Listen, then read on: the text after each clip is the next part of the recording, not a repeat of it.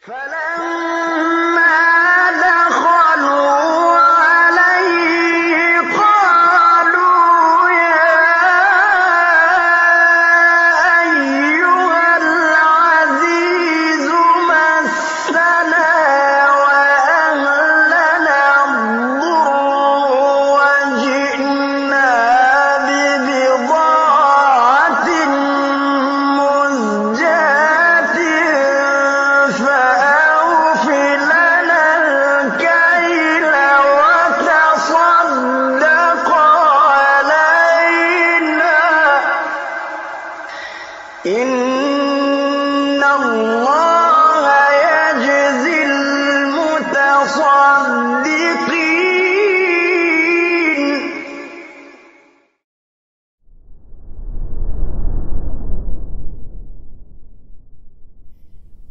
Bismillah, alhamdulillah, wassalatu wassalamu ala rasulillah, amma ba'd.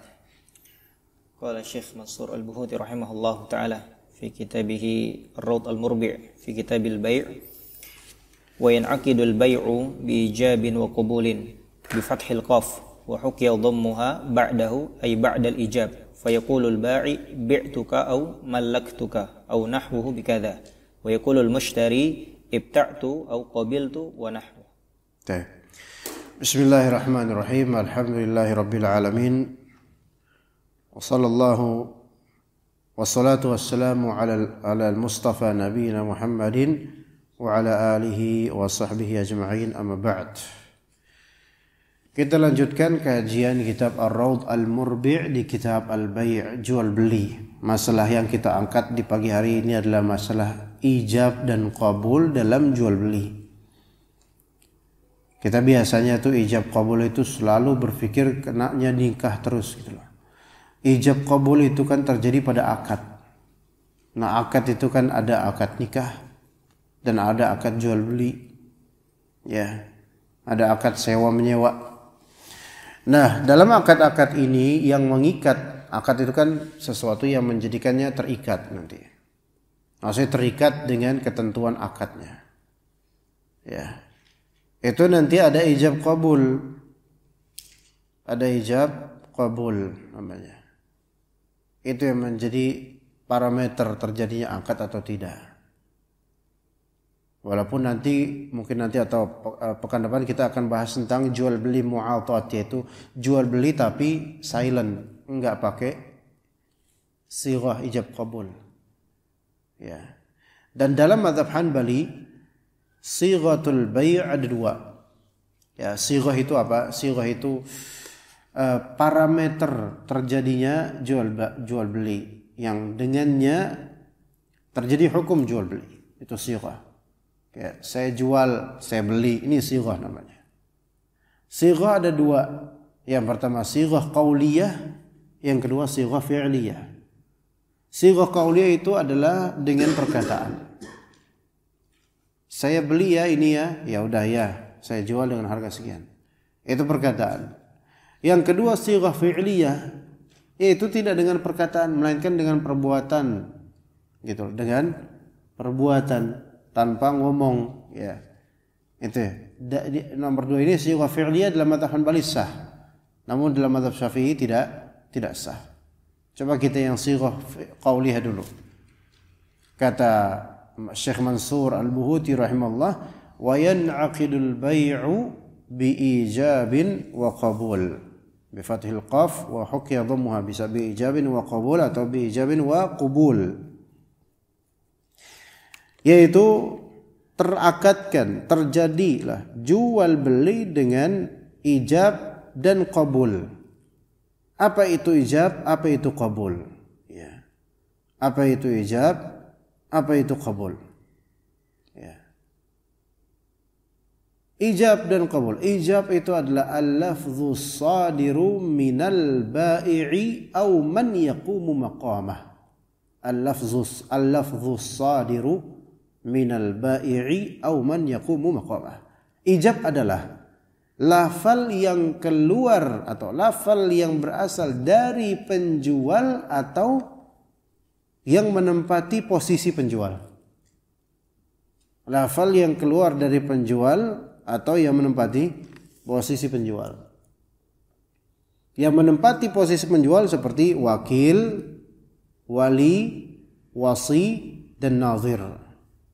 Wakil, wali, wasi, dan nazir. Siapa mereka ini? Gitu loh. Ini kita bahas ijab dulu ya. Ijab adalah, jadi ada ijab qabul. Kalau dalam nikah ada juga ijab qabul. Kalau dalam nikah, ijab adalah lafal yang keluar dari wali perempuan atau yang menjadi perwakilannya. Itu ijab. Ya kan?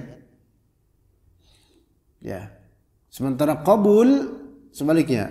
Kalau dalam jual beli, lafal al-lafzu ya as-sadir minal mushtari atau man yaqumu maqamah. Kalau misalnya qabul adalah lafal yang keluar dari apa? Yang terbit dari siapa? Pembeli atau yang menempati posisi pembeli. Mana yang duluan? Biasanya yang duluan ijab. Ijab itu kan mewajibkan, melazimkan. Kalau qabul menerima, biasanya menerima itu ya setelahnya, setelah adanya ijab. Ya, makanya kalau misalnya kita lihat orang akad kan, akad nikahan, ya kalau orang akad nikah nih, saya nikahkan putri saya Fulanah binti Fulan dengan Anda wahai Fulan bin Fulan dengan mahar sekian. Ini kan ijab. Nggak harus shake hand sebenarnya, cuman kalau ini memang mungkin lebih kuat ya. Maka qabul kan artinya nerima.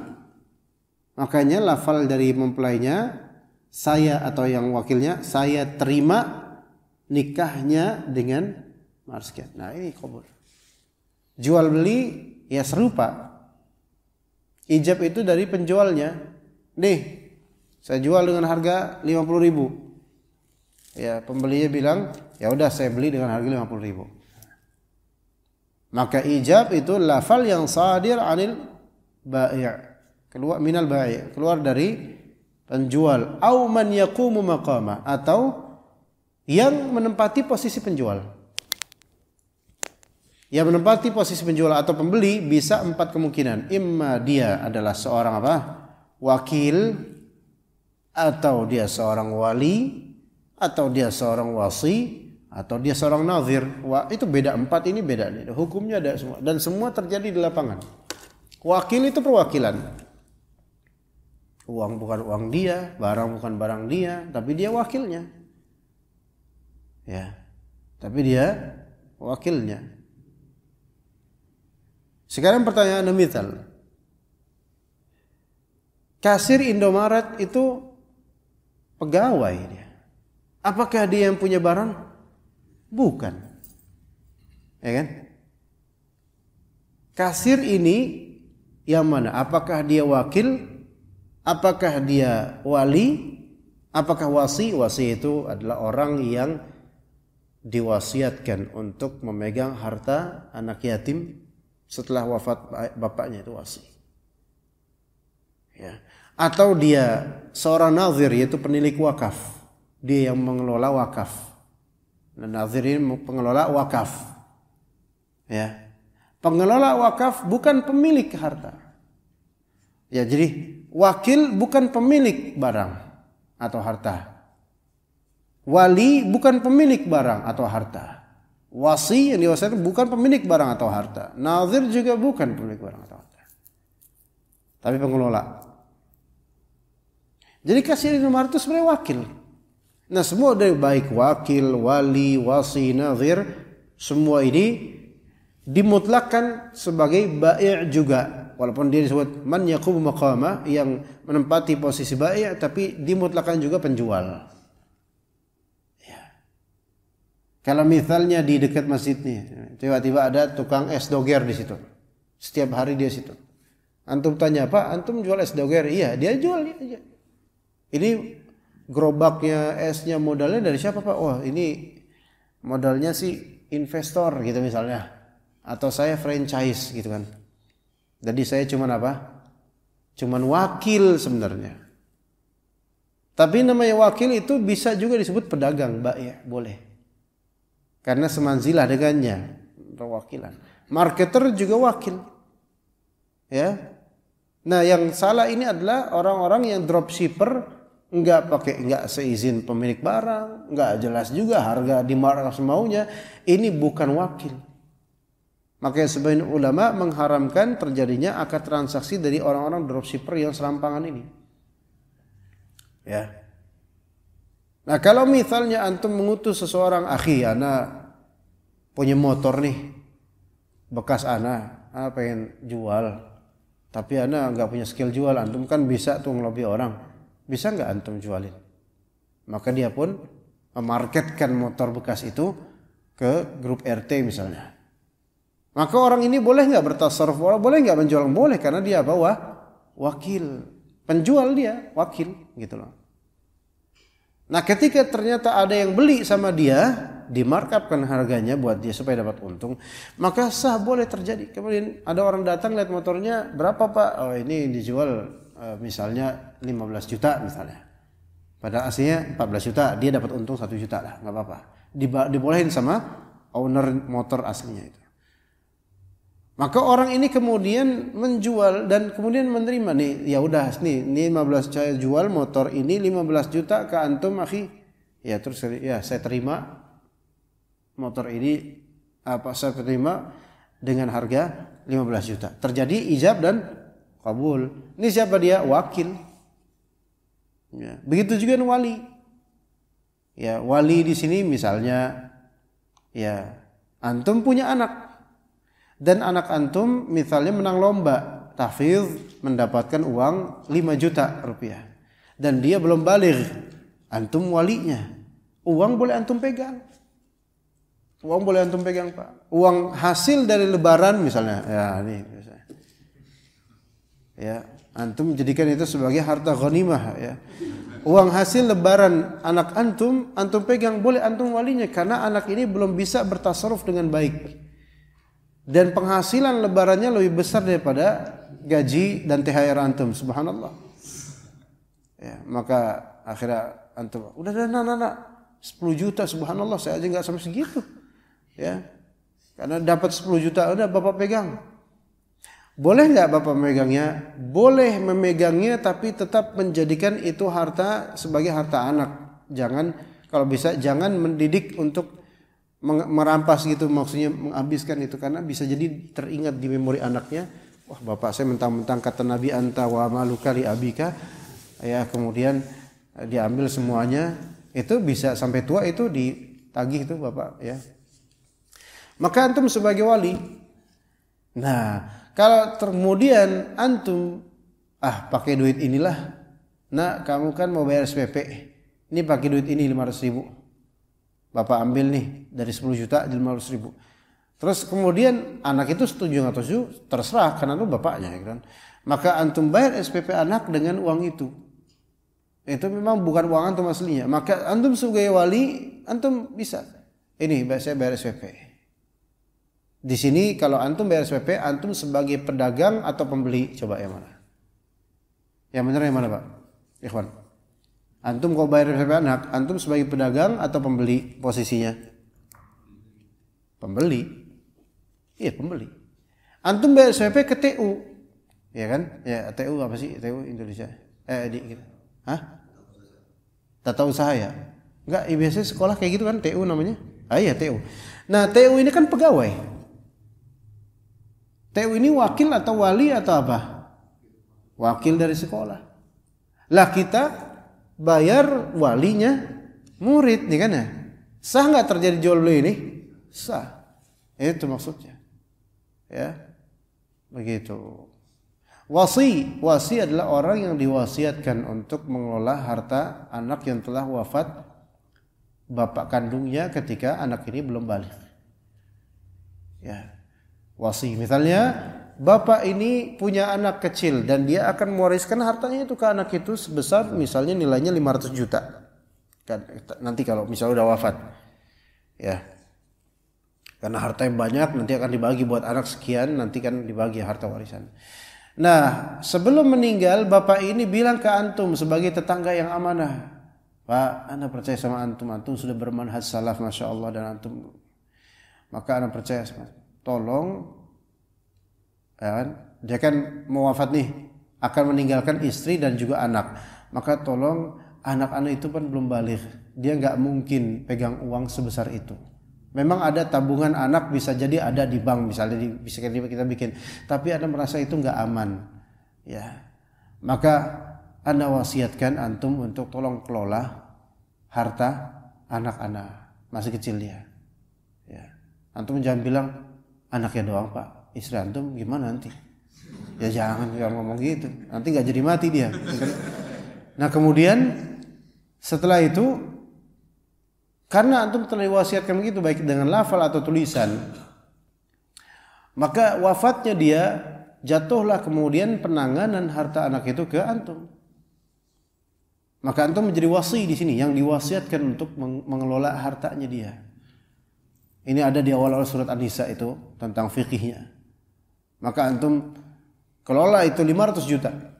Nah, untuk kemaslahatan anak ini kan dia sekolah, daftar ulang, SPP, biaya misalnya sakit, perawatan, terus biaya, aduh repot banyak, Masya Allah. Antum yang ngurus karena antum yang diwasiatkan, diamanai oleh almarhum. Aduh repot kalau kayak ini, mendingan sekalian nikahin ibunya. Iya dong, coba kalau gitu jadi fitnah, udah sekalian. Kalau ketika udah nikahin ibunya, apakah antum masih wasi juga? Karena anak ini memiliki harta yang antum pegang, dan nggak boleh antum makan itu harta. Ya. Innal ladzina ya'kuluna amwalal yatama zulman innama ya'kuluna fi butunihim nara. Itu sesungguhnya orang-orang yang memakan harta anak yatim secara zalim itu seperti memakan api neraka. Nauzubillahi min dzalik. Jadi sah jual belinya seorang wasi, ya. Ya, kemudian yang lain nazir. Nazir itu adalah penanggung jawab atau pengelola wakaf. Masjid Muhsinin ini wakaf. Ya.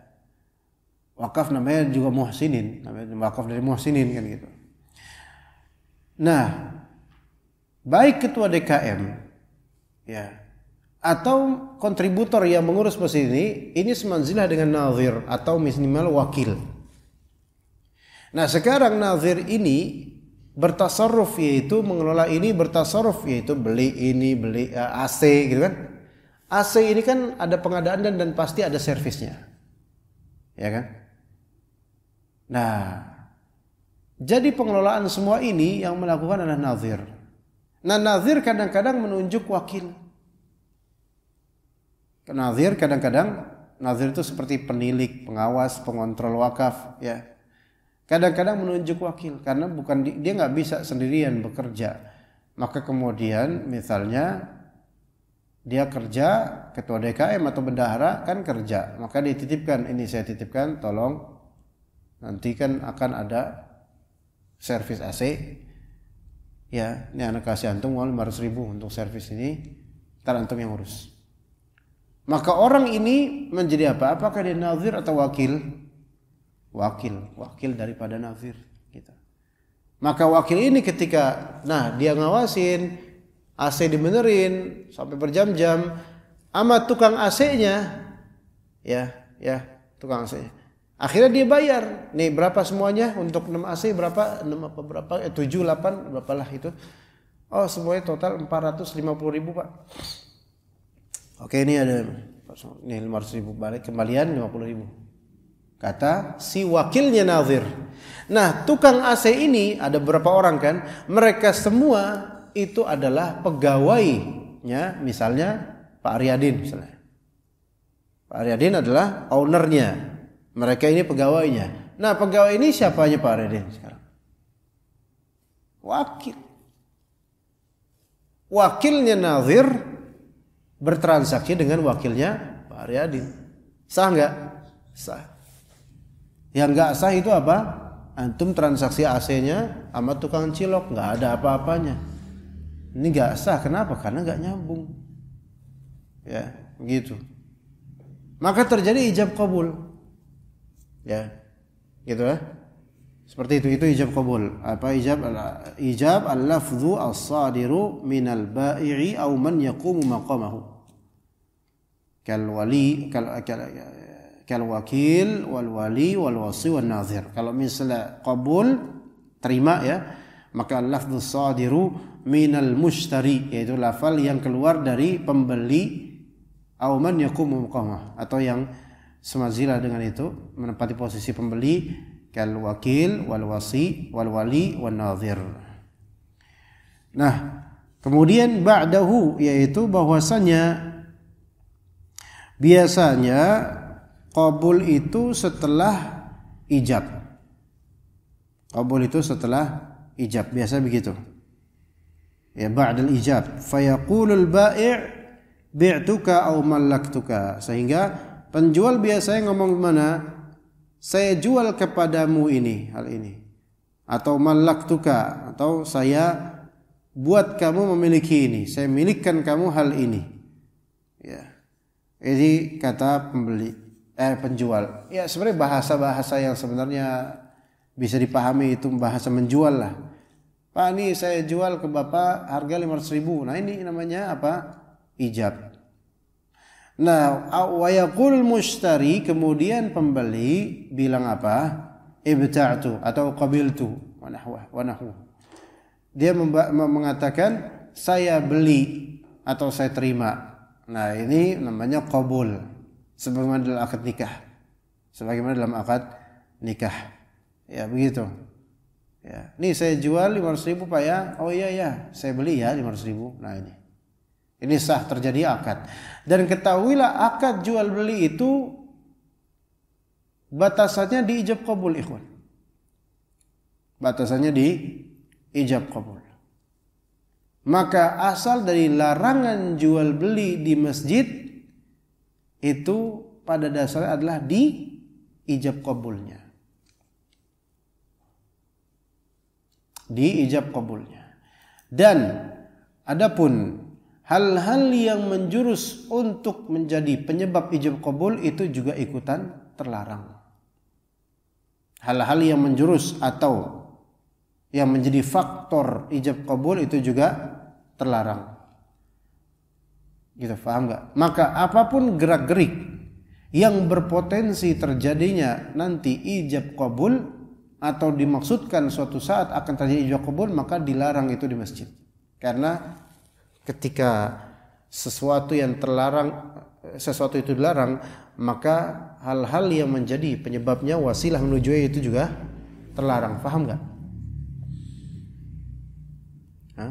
Memang enggak sampai ijab qabul, tapi ya antum membicarakannya sehingga ini menjurus kepada ijab qabul. Kayak misalnya ada jual produk sebenarnya, dan ketika kajian Anda ngisi kajian sambil Anda kemudian, Pak ini buku ini Anda jual Pak harganya sekian. Ini kan faktor menuju ijab qabul. Maka enggak boleh lakukan di masjid. Enggak boleh. Makanya Anda enggak setuju kajian-kajian yang di situ membuat orang terinspirasi untuk menuju ijab qabul. Misalnya di belakangnya akan ada banner yang di situ ada nama produk gitu. Sengaja gitu loh. Kalau kalender ya sebaiknya sih ini kalender. Sebaiknya sih ini apa sih kalender? Biasanya kalender ada bukan kalender itu. Kalau kalender diniatkan dengannya untuk promosi, maka baiknya hindari. Walaupun nggak sampai ijab qabul, tapi kan orang jadi terinspirasi untuk apa ya? Tapi kalau misal di kalender itu pustaka Imam Syafi'i, udah gitu dah. Ini memang ada sisi promosinya. Tapi nggak, di sini nggak ada tampilan produk, nggak ada. Cuman ada logo doang, maka ini nggak masalah insyaallah. Karena memang ini cuman bahwasanya ini produk ini bahwasanya ini terbitan Imam Syafi'i dah gitu, rata-rata juga hadiahkan kalender. Enggak masalah. Kayak sarung juga antum kelihatan mereknya, itu enggak masalah, bukan promosi itu sebenarnya, ya kan? Kan antum pakai sarung ada Atlas. Bukan berarti antum sedang jualan kan? Enggak. Ya. Beda kalau misalnya kalender itu ada kalendernya, ada tanggalnya, tapi ada juga produk dan harganya. Dipajang di masjid, maka ini kan sebenarnya menjurus dan menjadi faktor apa? Ijab qabul bai' gitu loh. Enggak boleh. Enggak boleh. Ini namanya insyad al-badai', yaitu mengumumkan apa? Barang dagangan, enggak boleh. Ya. Ini jadi yang ini terlarang. Yang terlarang memang ijab qabulnya. Namun faktor-faktor dan wasilah menuju ijab qabul juga terlarang di masjid gitu loh. Terlarang di masjid. Maka jangan promo di masjid. Ya. Kalau antum buka Shopee hanya untuk buka dan melihat barang doang, atau misalnya melihat barang antum sudah sampai atau belum, itu nggak masalah. Tapi kalau antum buka Shopee di masjid, hal yang kemudian antum kotak-katik barang untuk menjurus pada apa yang mau antum beli, maka ini bisa makruh dan ini masuk dalam larangan. Paham ya sini ya? Ya. Tapi ada nggak ijab qabul dalam Shopee-Shopean? Anda ngomong Shopee ini boleh nggak di masjid? Ya boleh, karena Anda nggak bermaksud apa? Jualan kan? Anda hanya nyebutin Shopee. Dan antum kan nggak terinspirasi kan? Oh habis Anda ngomong Shopee, antum langsung buka HP dan oh iya lihat Shopee. Enggak kan? Kita hanya mencontohkan. Shopee itu ada transaksi tersendiri. Dia transaksi dari pakai maktub. Ijab qabulnya maktub. Bukan dengan qaul, bukan dengan maqul, dengan perkara enggak dengan kitabah. Ya, taib. Dilanjut, fadhal. Ahsanallahu ilaikum.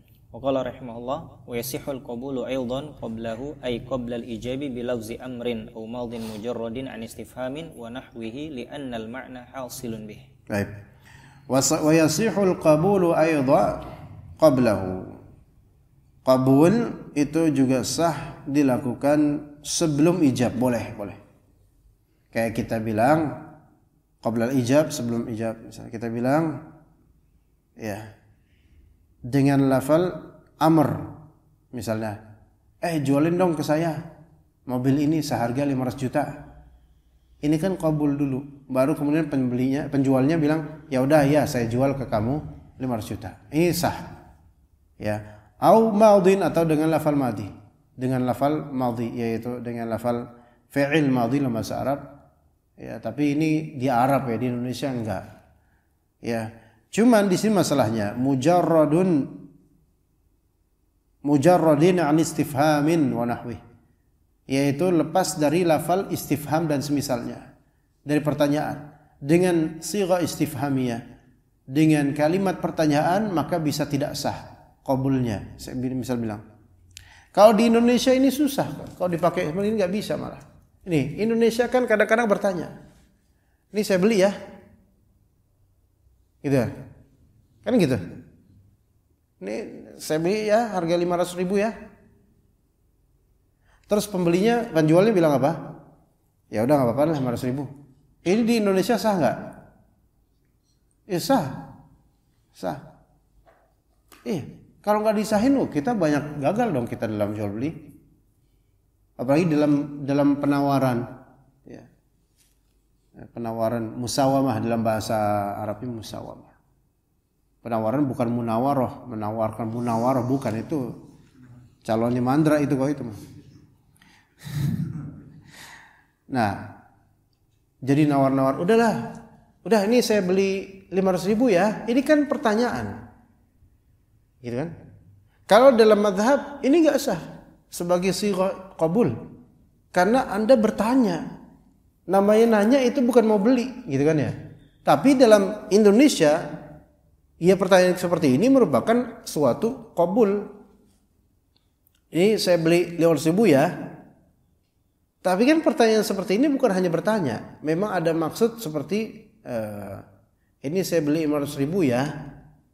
Seperti udahlah buat saya lah ya, gitu kan ya, gitu. Maka sah. Begitu Allah alam. Makanya para ulama Hanabilah mereka juga mengatakan, walaupun dengan pengetatan ini, mereka juga mengatakan bahwasanya jual beli, lafal sighah jual beli itu karena tidak ada pakemnya dari dalil, maka sah secara uruf. Apapun yang dalam uruf kita dipahami oleh uruf kita sebagai lafal jual beli, maka dianggap sah. Begitu. Ya. Begitu. Kan tadi lafal misal ijab qabul kan saya jual kepadamu begini, apakah harus dengan pakem kayak gitu? Malah enggak ada di negeri kita. Apalagi antum ke Indomaret misalnya. Paling orang Indomaret, ada lagi Pak, ada kartu membernya Pak, paling gitu nanya. Itu bukan akad itu. Malah diam dia. Totalnya sekian ya Pak ya. Loh Mbak, kok nggak ada ijabnya Mbak? Bingung dia. Maaf Pak, nggak ada ijabnya, nanti nggak sah loh dalam mazhab Hanbali atau dalam mazhab Syafi'i, nggak sah loh Pak. Mbak, ijab apa ya Mbak? Nggak bingung dia. Masa nggak tahu, masa saya harus buka sesi fikih Hanbali di Indomaret? Ijabnya Bu, Mbak, ijabnya ya saya jual ini dengan ini, bahkan wakil dari owner gitu kan. Bingung lagi dia. Ya. Ijabnya Mbak, nanti saya qabul. Ya begitu. Ya enggak mesti. Dengan lafal-lafal atau gerak-gerik yang memang secara urf orang tahu itu. Ya, begitu. Udah gitu, udah repot di kasir, ngantri panjang, orang kesel, ya, selesai dari itu, udah selesai, kita bawa barang, ketemu hantu Indomaret, tukang parkir itu, ya, terus prit, gitu. Ya kita lewat motor dicegat sama dia. Nah apa Pak? Biaya parkir Pak. Lah, ijabnya dulu. Bingung kan dia ijabnya, apaan sih maksudnya ijabnya apaan Pak? Ya ada ijab qabul. Pak ini bukan nikah, kata tukang parkir. Anda yang salah, nggak pernah belajar fikih soalnya. Dalam akad jual beli harus ada ijab dan qabul. Ya kata tukang parkir, ya udah Pak, udah lanjut aja Pak. Nggak bisa. Anda harus saya edukasi sini. Ya ijab itu level yang terluar dari antum kan sekarang lagi jual jasa kan? Oh enggak Pak, saya nggak jualan. Nah kalau antum nggak jualan, ngapain antum cegat Anda? Tuh, itu salah satu cara untuk bebas dari tukang parkir. Jadi setiap antum lewat situ, itu tukang parkir hilang dulu ya. Nggak mau bermasalah sama orang ini dah. Ntar teredukasi. Ya. Nah, kalau misalnya ijab dan qabul kita, misalnya antum ke tukang sayur. Nah, kita kan dengar kadang-kadang ibu-ibu dengan lafal bukan beli, bukan jual. Bukan dengan lafal saya beli ya, bukan. Pak, minta dong ininya. Nah, minta beli gitu kan mereka. Itu sebenarnya benar perkataan minta beli. Ini berarti untuk mentahqiq sighah gitu kan. Minta beli gitu kan. Karena dalam madhab atau dalam fikih minta itu bukan beli. Minta kan berarti hadiah nanti jadinya, bukan jual beli. Nah repot juga sih kalau digituin ya. Misalnya tukang sayur, Pak minta bayar ya Pak. Bu maaf Bu Ibu, saya jualan Bu, bukan hadiah, jadi nggak bisa pakai minta-minta. Lagi pula minta-minta dilarang dalam Islam. Oh repot lagi nih. Dengan lafal minta atau lafal ngasih, kalau itu konteksnya jual beli dan dipahami oleh masyarakat setempat itu termasuk jual beli, maka terjadi jual beli. Jadi nggak bisa kita pakemkan harus dengan lafal jual, saya jual, lu beli. Karena apa? Karena uruf ini berkembang. Ya, berkembang dan ada lafal-lafal yang beda-beda. Ya, adalah buat gua aja dah 500.000 ya.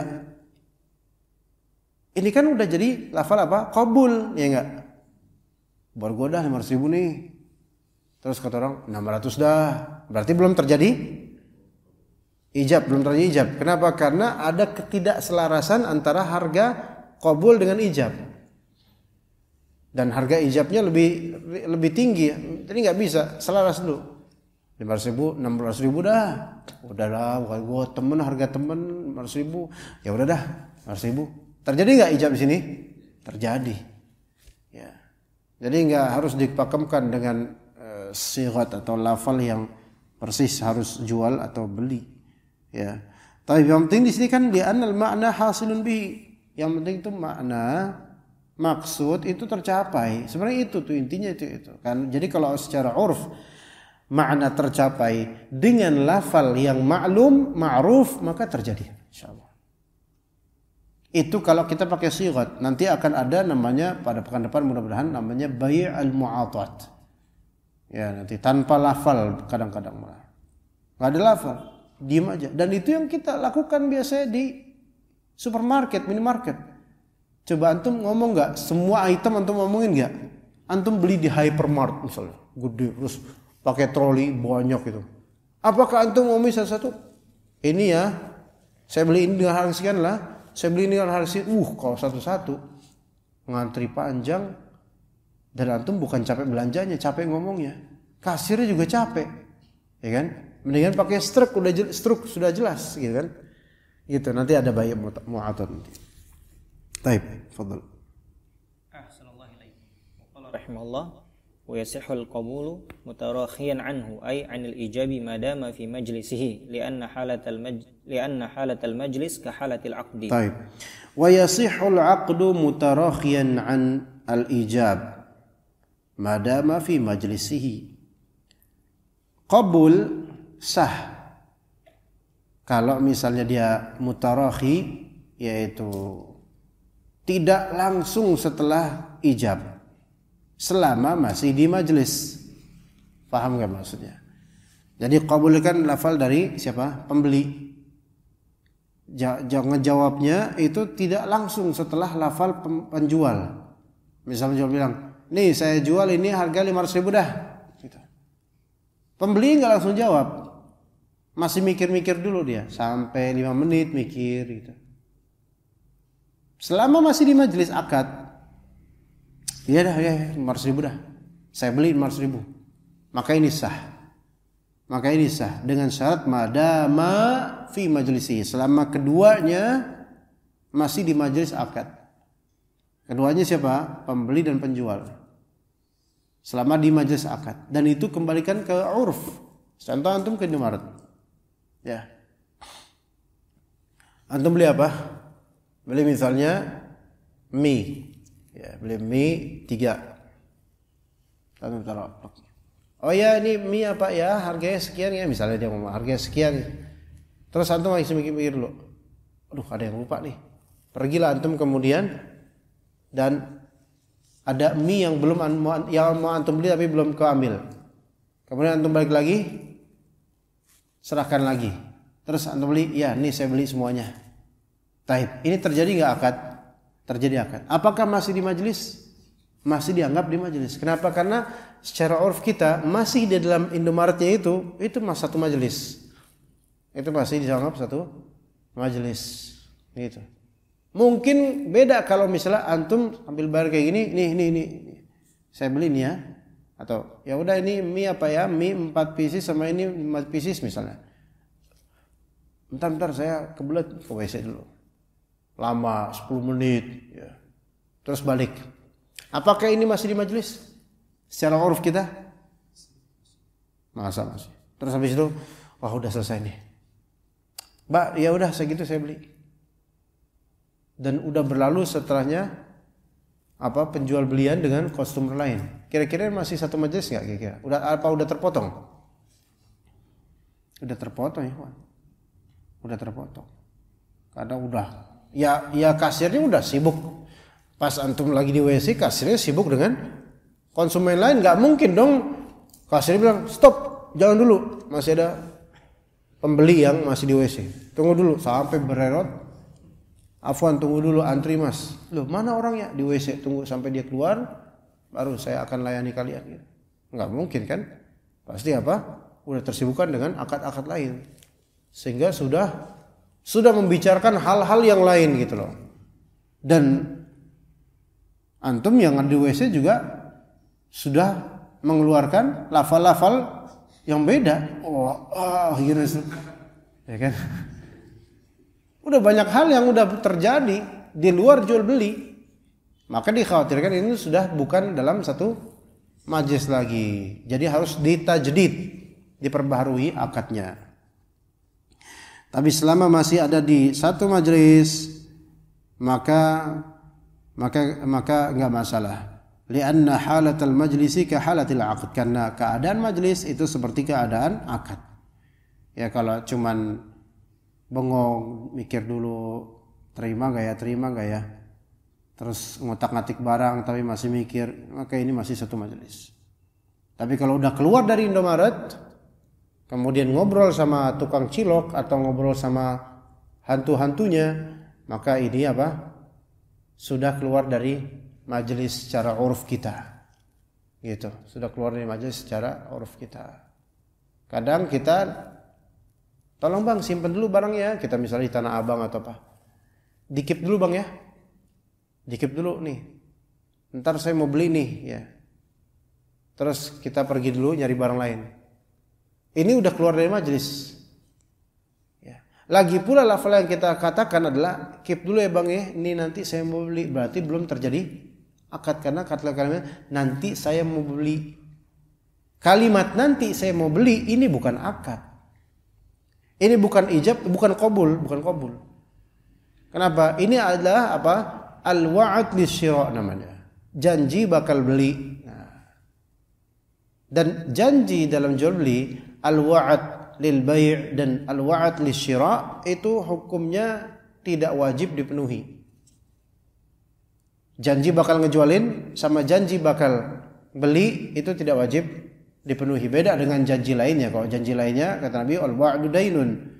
Janji adalah hutang, tapi ini enggak, ini bukan hutang yang wajib dipenuhi. Artinya ntar saya beli deh. Tapi enggak beli-beli, ya itu enggak apa-apa. Beda ya. Taib. Fa in tashaghala Ahsanallahu ilaikum. Wa qala fa in tashaghala bima yaqta'uhu 'urfan wa yanqadha al-majlis qabla al-qabul batal li'annahuma sara mu'ridain 'anil bai'. وإن خالف القبول الإجابة لم ينعقد. لم ينعقد. طيب. Di sini awin fa in tasaghala bima yaqta'uhu 'urfa aw in qada al majlis qabla al qabul batal. Kalau keduanya tasaghala yaitu sibuk, keduanya sibuk dengan hal yang memotong jual beli, hal yang memutus jual beli secara urf. Keduanya sibuk. Ya. Jadi ketika pedagang bilang, nih saya jual nih 500.000, pembelinya diam. Terus penjualnya sibuk sendiri untuk hal-hal yang ternyata udah memotong akad itu, memutus akad itu. Seperti habis dibilang, saya jual nih 500.000, terus penjualnya habis itu teleponin sama anaknya, lama ngobrol. Maka ini secara uruf sudah terputus karena udah putus fokusnya udah. Dan biasanya pembeli juga digituin juga malas lah, nyari barang-barang lain dulu gitu. Aku udah putus nih.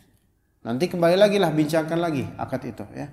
Awin qadal majlis qabla al-qabul, atau telah tutup majlis, yaitu selesai majlis sebelum terjadinya lafal qabul ya. Ya seperti apa? Misal ini saya jual 500.000 buat antum. Saya jual. Dia belum jawab, pembelinya belum jawab, masih mikir-mikir. Terus tiba-tiba azan zuhur. Akhirnya dia ya udah, majelis selesai. Karena pembeli pengen sholat, penjual pengen sholat, dan nggak ada jawaban, belum ada jawaban qabul dari pembeli, maka ini apa? Qata', maqtu'. Akadnya maqtu', terpotong, terputus. Nanti kalau mau beli, mau beli, ya datang lagi, ngobrol lagi, akad lah, ya. Maka batal di sini, akadnya tidak terjadi akad. Ketika tidak terjadi akad, maka kalau kemudian ada yang beli dan langsung akad jual beli, maka sah itu. Ini saya jual 500.000 nih, satu-satunya nih, udah gak lagi stoknya nih. Allahu Akbar, Allahu Akbar. Salat dulu salat. Udah selesai majlis, nggak ada perkataan qabul dari itu. Nggak ada isyarat kabul dari pembeli. Nah setelah selesai sholat zuhur, tiba-tiba ada konsumen lain yang nanya, bang ini berapa nih, bagus banget nih, 500.000 satu-satunya. Ya udah saya beli ya 500.000 ya. Ya udah, terjadi itu akad. Itu akad tuh. Itu adalah akad. Setelah adanya kalimat-kalimat itu, nggak boleh ada interupsi dari pihak lain. Oh enggak saya. Ini namanya al-bai' ala bai' akhi. Setelah udah ada ini berapa nih bang nih? 500.000 kata bang, 500.000 nih 500.000. Ya udah saya beli 500.000 ya. Oke, saya belilah 500.000. Ini kan akad. Ada pihak lain datang tiba-tiba, bang saya berani beli 600.000 bang. Ini yang disebut al-bai' ala bai'i akhihi, yaitu atau syira' atau menjual sesuatu di atas penjualan saudaranya. Karena dia lebih besar maka saya terima ini besar. Enggak boleh seperti ini. Enggak boleh seperti ini. Itu menyakiti pembeli pertama. Namun pembelian tadi sebelum zuhur datang. Cukup datang. Bang, saya beli bang yang tadi bang yang 100.000. Waduh, maaf nih, udah dibeli sama dia. Gimana? Maaf nih. Bapak tadi sih pas sebelum zuhur saya udah ngomong 500.000, Bapak diem aja. Jadi kan nggak dijual beli. Ini dia ketika datang langsung setelah zuhur langsung dia saya beli 500.000 saya terima. Ini kan akad jual beli udah terjadi. Ama antum terjadi nggak? Belum terjadi karena qabulnya belum ada. Wah ya gimana ya, kata yang tadi sebelum zuhur bilang, waduh kalau gitu saya siaplah 700.000 saya, yang penting itu barangnya. Waduh nggak bisa, itu dilarang oleh Rasulullah. Karena itu sama dengan Anda menjual kepada antum di atas penjualan dia. Loh, kata orang itu nggak terima yang sebelum zuhur. Oh kan saya udah sebelum zuhur dari sini. Iya pak sebelum zuhur, tapi bapak nggak ngetek, nggak mesen dan nggak qabul. Jadi saya nggak bisa. Kalau bapak tag duluan, tagging maksudnya tolong dikip ya. Nah itu bisa mungkin saya terima. Tapi kan bapak nggak ngapa-ngapain tadi, nggak jawab apa-apa. Maka dan dia sementara dia langsung melakukan sigat qabul, ijab qabul sama saya. Jadi saya harus sama dia konsekuensi. Walaupun bapak ngasih 1 juta pak, misalnya. Enggak, saya enggak terima. Saya lebih takut dengan larangan Rasulullah misalnya, gitu kan. Maka mana yang harus dipilih? Yaitu yang tadi habis zuhur 500.000, dia karena ijab qabul langsung. Kecuali kalau dia batalkan, begitu loh. Kecuali kalau dia batalkan, waduh, saya enggak enak nih bang, gitu. Ternyata udah ada ya sebelum saya yang minat ya. Ya udahlah, saya enggak jadi bang. Berarti dia putuskan majelis dengan khiyar dia dia putuskan jual beli dengan khiyar dia di majelis akad. Maka terputuslah ini dengan keputusan dia. Pas dia putus, yang ini udah sakit hati duluan. Gimana pak? 1 juta pak? Oh enggak mau. Ini nggak dapat, itu nggak dapat. Ya, gitu. Nah, jadi batal li'annahuma sara mu'ridaini 'anil bai' wa in khalafa al-qabul ijab lam yan'aqid. Jadi keduanya itu berpaling dari jual beli. Kalau udah berpaling dari jual beli maka tidak terjadi jual beli. Ya. Wa in khalafal qabulul ijaba lam yanaqid. Nah, ini juga ada masalah nanti ketika qabul dan ijab itu berbeda, ya, maka itu tidak sah akadnya. Seperti berbeda misalnya saya jual nih 500.000 ya Pak ya. Kata pembeli, saya beli 400.000 ya Pak ya. Ini enggak bisa, enggak sah. Kenapa? Karena pembeli mintanya kan 500.000. Penjual mintanya 500.000. Pembeli malah pengen beli cuma 400.000, maka ini gak sah kecuali cuma sebatas penawaran. 500.000 Pak ya? Oh jangan deh 400.000. Jangan Pak 500.000 Pak. Janganlah 400.000. Ya ini bukan jual beli, belum jadi. Ini baru nawar. Kecuali penjualnya kemudian bilang ya udahlah saya ngalah lah, ya udah 400.000. Pak 300.000 aja Pak ya. Wah nawar lagi ini kan. Ya ini belum terjadi jual beli. Misalnya saya jual buku Syarah Mumti' Zad ala Zad Mustaqim misalnya dengan harga 5 juta. Kata orangnya, saya beli buku Syarah Ajrumiyah dengan harga 100.000. Ini enggak nyambung. Jaka sembung antum. Ya gitu ya. Maka tidak ada jual beli. Jadi harus ada keselarasan antara ijab dan qabul. Nanti ketidakselarasan ini kita bahas pada pekan mendatang. Sekaligus kita juga akan bahas tentang apa? Tentang bai' al-mu'atat dalam fikih Hanbali, dan itu bai' mu'atat yang selalu dan sering kita lakukan di keseharian kita. Ya, dan itu tetap sah insyaallah dalam mazhab ini. Ya, mungkin cukup sekian insyaallah untuk kajian pagi ini. Wassallallahu ala nabiyyina Muhammad wa ala alihi wa sahbihi ajma'in. Subhanakallahumma bihamdika asyhadu an la ilaha illa anta astaghfiruka wa atubu ilaik. Assalamualaikum warahmatullahi wabarakatuh.